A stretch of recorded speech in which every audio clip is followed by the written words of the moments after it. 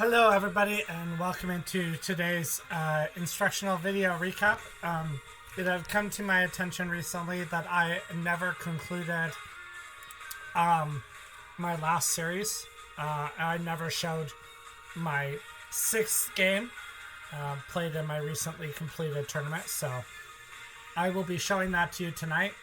You're going to get an opportunity to see an opening that's not seen too often by my opponent. Who's a fairly decent level player. So, just a little bit of a recap. Obviously, I blundered badly in my first game that I was completely winning and lost that game. Had already planned to skip the second game and took a half-point bye. So, rounds 3 through 6, I was just trying to work myself back into some sort of positive momentum. Try to not throw away too much more elo. And just hope for the best in the standings. So round 3, beat a provisional rated player. Round 4, played a opponent 1445, beat him. Round 5, drew a game that I should have won for the first 30 moves. But then at the end I should have lost. So I was lucky to walk away with a draw. So that put me at a score of 3. Headed into the last round, I was on board 4, and I didn't really think of it too much at the time. Considering the fact I was on board 8, that was still a big disappointment to me headed into the last round. But board 8 actually in reality gave me a chance to win a prize. I had in my head that the top 5 were getting prizes, and the reality was it was the top 11. So this game was actually for money. Very, very good chance if I walked away with a win, I'd be able to win some money. So my opponent is a 1600, so I have progressively, as I've beaten the people in front of me, I have gone up level-wise in terms of who I'm playing. But obviously still a big disparity between me and this guy. But he has been known locally to play some really good games, especially against people higher rated than him. The first round of the tournament, I remember he got paired against a FIDE master, and for most of that game, it quite honestly looked like he was going to get a pretty easy draw. So you never want to take your opponents for granted. I know there was a little bit of a discrepancy also before this game that he should actually not be playing me. Somehow his scores got entered wrong into the computer. And I actually should have been paired against somebody else who had the same score as me or was within a half point of me. So, needless to say, we still ended up having to play even though he pointed this out. And yeah, I think that kind of went into how this game went. He felt like his score was higher than it should have been because he had wrong results got entered. And so I think he thought he was going to play someone easier, like he should have. But instead he still got paired up because his score was written wrong. So I had the white pieces. I played e4. I was looking to be really aggressive. Was hoping to not sit and play a very, very long, drawn-out game. It had been a long weekend. You know, it was Sunday night. We started the round at 5 o'clock. I just wanted to get this game out of the way as fast as possible. So was looking to create some really dynamic play. I wasn't sure what he was going to play. I don't know if I had... Oh, I've had one white game. I've had one white and one black against this guy. At least one of the 2 games was close, but I did win both of them. So I don't really have a good feel for what he plays. But he played e5, so I'm like, okay, I can play one of my openings I'm comfortable with. So I played knight f3, and I'm thinking he's going to play knight c6. I'm going to play d4, ed4, and I'll probably play the Scotch Gambit with bishop c4 is my main line. And then he goes f5, and this is one of those moments where you know certain moves are openings and stuff, but you're still surprised when you see them. And obviously, this isn't the type of stuff I've spent a lot of time looking at with the white or the black pieces, because I try to limit myself to openings that I know I'm actually going to play. So I did take a pause here. I was trying to remember. I know I have one specific line I play in this opening as white if I encounter it. More likely to happen in online games than over the board games. You guys might be surprised to know I've never seen this F5 move in a tournament game until now. So the line is actually knight e5. And then his top two moves are knight f6 or queen f6, which is very interesting. He played queen f6. Obviously, he's creating a threat against our knight, so we need to deal with that first. And then there's the move d4. d4 is the best move, just solidifying our knight. We're not worried about him taking on e4. We just want to keep it simple, develop our pieces, and look to take advantage of the fact that he put his queen on f6 on the square that the knight should have been on. Plus, the f-pawn has moved up, and that creates a bunch of light squared weaknesses around his king that we will look to exploit later. So, first what you do is play d6 in this position, and then white goes knight c4, and then black plays fe4. And this is about the end of what I remember from the one line I've memorized. But basically in a position like this, you can usually keep it pretty simple. And you should end up with a good position. So knight c3 is the move. Idea is we're creating the threat of knight e4 with tempo on the queen, winning material. And actually, I was going to say, originally computer was saying this is less than a point advantage for white if black goes queen g6, but its evaluation has gone up. It's now over +1 for white on queen g6. Plus, you wouldn't really be expecting as white for black to play queen g6 again in this position, since he's already moved it to f6. But he did play queen f7, which, interestingly enough, is one of the top 3 moves. I do just want to point out, though, guys, just because something is a top 3 move doesn't mean it's actually this position is good. Because this is the type of position that's already really good for white and is going to get progressively worse. So on knight e4, I'll just put on the board so you can see it. There would be d5 forking our 2 knights. So knight e4 is bad. But what can we do to continue to put pressure on this e-pawn? What we can do to continue to put pressure on this e-pawn is play the move queen e2. Queen e2. And I was thinking now if he goes d5, trying to solidify his e-pawn. There's a nice little pawn in the center. There's knight e5, and I get a very, very nice knight on e5. And he has to be careful where he puts this queen. Because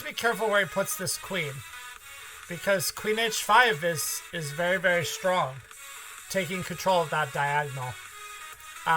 So this is very, very good for white. But black holds on to his material. But my opponent actually decided to play knight f6 and just let me have the e-pawn. Spent a little bit of time here, and knight e4 determined that knight e4 isn't actually an okay move. You're going to have to be careful as white with how you develop your pieces after you take the pawn. But knight e4 is a good move. The second best move, almost identical in engine evaluation, is bishop g5. So knight e4 is the move. And now if he doesn't do anything, we're going to play knight takes d6 with a deadly double check, winning his queen, or knight f6. So black takes. So basically black had decided he's going to gambit a pawn in this position, queen e4, and now bishop e7.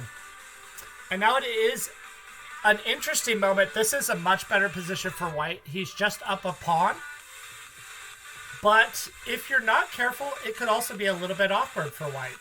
Because if we consider this, development is going to be a little difficult. Black is going to castle. He's going to bring his bishop to f6, and then there's going to be rook e8. And we have to watch out for the fact that our queen and our king are lined up on the same line. So that's one thing we got to worry about. And then my first thought was, can I go bishop d3? Bishop d3, hoping for castles, and then checkmate. This would be a very nice, fun knockout. What did I see on this line that I didn't like? Bishop d3. I saw something Oh, it runs into d5, doesn't it? Yeah, d5. And the computer actually still thinks after queen e2 there's compensation. And black is barely better, which is interesting. Probably because we're hitting the queen with tempo. Now we can't castle king side. It's interesting. It's interesting. But obviously we are down material. And black is slightly better in that line. So I had to figure out how I'm going to move these bishops. How I'm going to get out of d5. Which side of the board I want to castle on. So I did take a little bit of time here, and I decided queen e2 was the way to go. First, we step out of the d5 fork. And then my opponent played knight c6, so he's creating a threat against the d-pawn. And I decided I wasn't sure yet where I was going to castle. So c3 is a very natural move to defend this d-pawn. But c3, if I go c3 and move the bishop and castle, then I've really weakened up the a2 f7 diagonal. You can imagine the queen and the bishop both being lined up here. My king is going to be really weak in that line, so I decided to play bishop e3 and just keep it solid. One of the downsides of this position is the fact that my queen is in the way of the bishop. I did consider the fact that if I castled kingside, I'd have to go g3, bishop g2. But then it just felt like there were a lot of holes. g4, f3, h3, I'd have to watch out potentially. So I decided queenside was the best route. So castles. And now c3. So I solidified the d4 square. And I was still trying to decide, you know, what am I going to play on bishop e6, attacking this knight twice. Obviously my bishop and my queen are defending it, so we've got enough defenders. But we don't want our queen and our bishop having to babysit this knight in the long run. So bishop e6 was played, and I decided I have to play b3. And really, I wasn't sure how to evaluate this position at this point. Yeah, white is up a pawn, but it felt a little awkward. It felt like black might have enough compensation for the pawn in all reality, especially since I had to play c3 and b3, and I'm probably going to have to castle queenside, honestly. So I wasn't sure what to think of this position. And he played bishop f5, and I played queen d2. The idea of queen d2 is I want to play bishop d3. I want to challenge his light squared bishop. And I'm probably going to go queenside. So if I castle and his bishop is on f5, that's a very strong diagonal, so it'd be nice to get rid of the bishop. d5 was played, and now we save our knight. He brings his last piece out.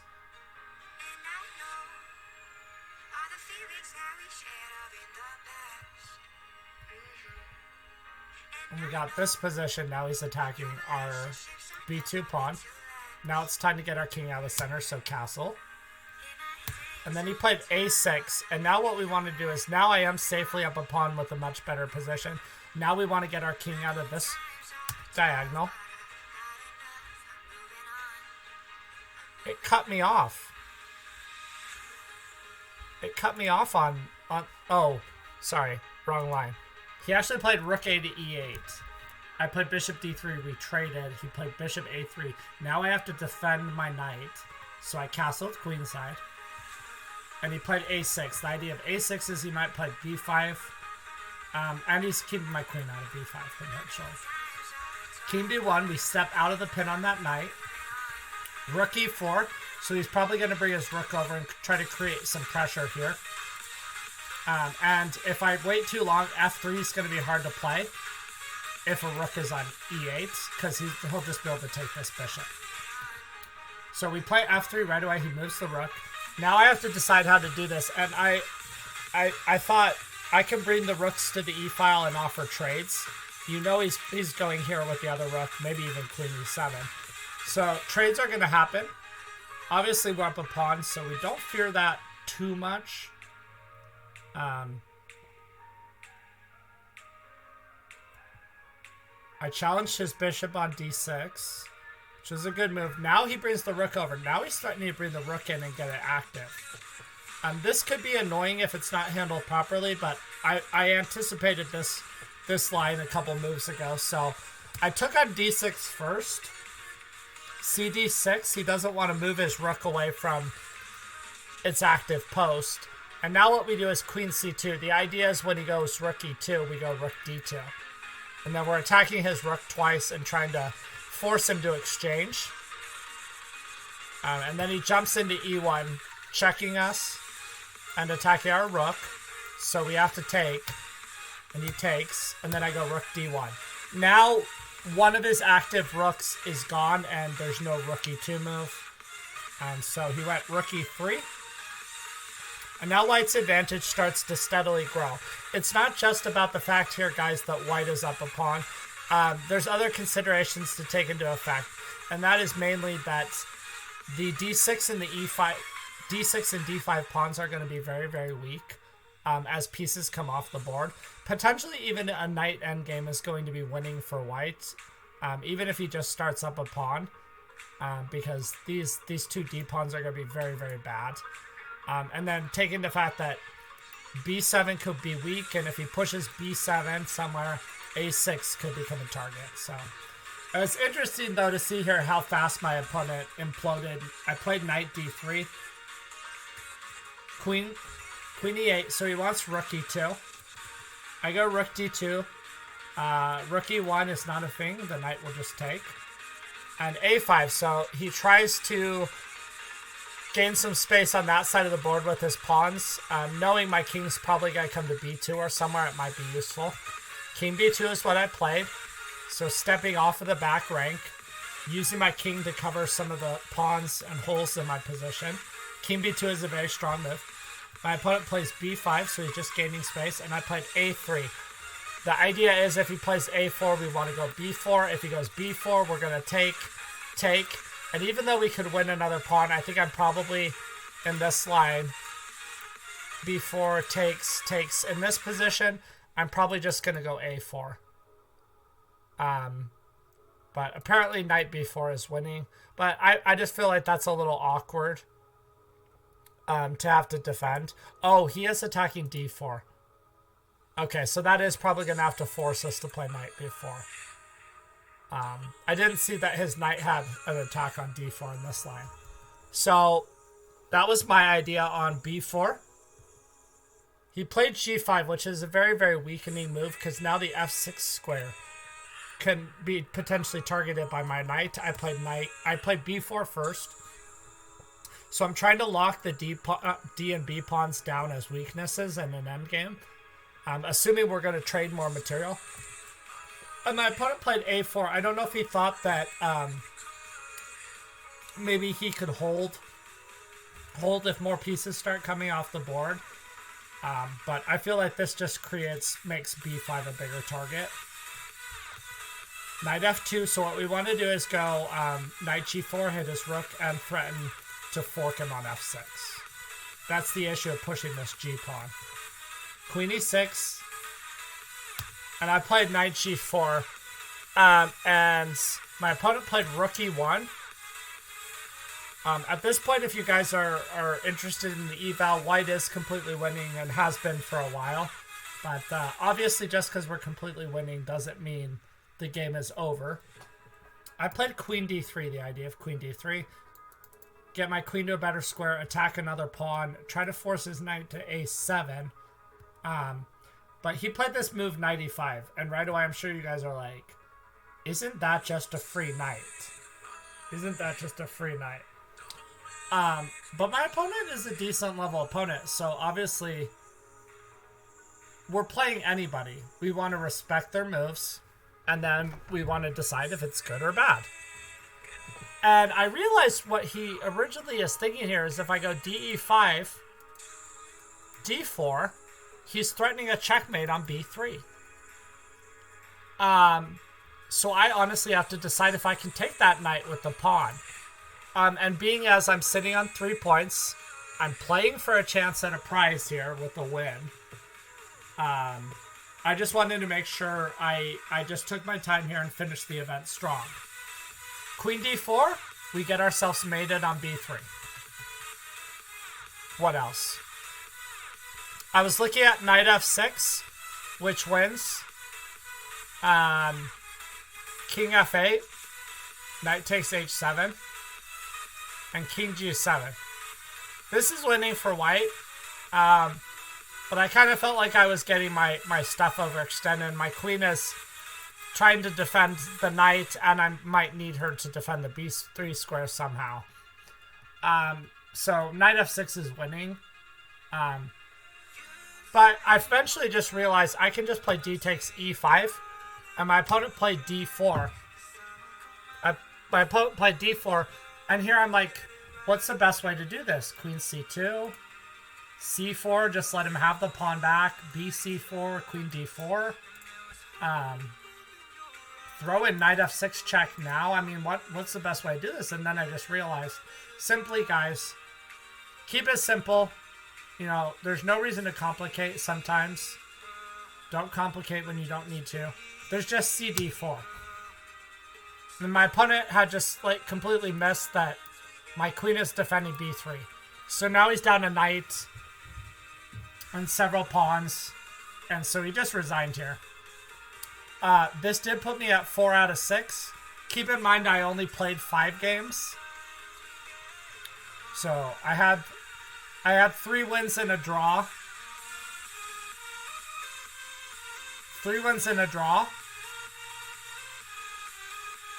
And in 4 of the games, I lost the first game. And then I didn't play the second game. So sitting at 4, you know, score-wise, that wasn't too shabby. But the sad part was I knew I was going to drop Elo. Because I didn't play anybody who was above me rating-wise. Or even near me rating-wise. And the game I lost was against a low-rated player. So 4 looks like a very nice score, but I'm not satisfied with that result because there really weren't any wins that were too noteworthy. I just did what I was supposed to do the rest of the way after falling in a game I should have won in the first round. But anyway, hopefully you found this instructional. Sorry, it's been such a long time coming. But yeah, round 6. That's right, guys. I did walk away with almost $300 from this tournament. So that was a nice consolation for the Elo drop that happened. So that was pretty cool. Second largest amount of money I've ever won. But anyway, I'm not sure what my next video recap is going to be on. I don't have any classical tournaments scheduled as of now. I have the state speed championship here in a couple weekends, but obviously those games are not notated. I might end up just going over some previous event games from one of these days. But again, hopefully you like this. Drop a comment down below if you like what you see. Yeah, hopefully you guys learned something from this, and I will see you guys later. Thanks for watching.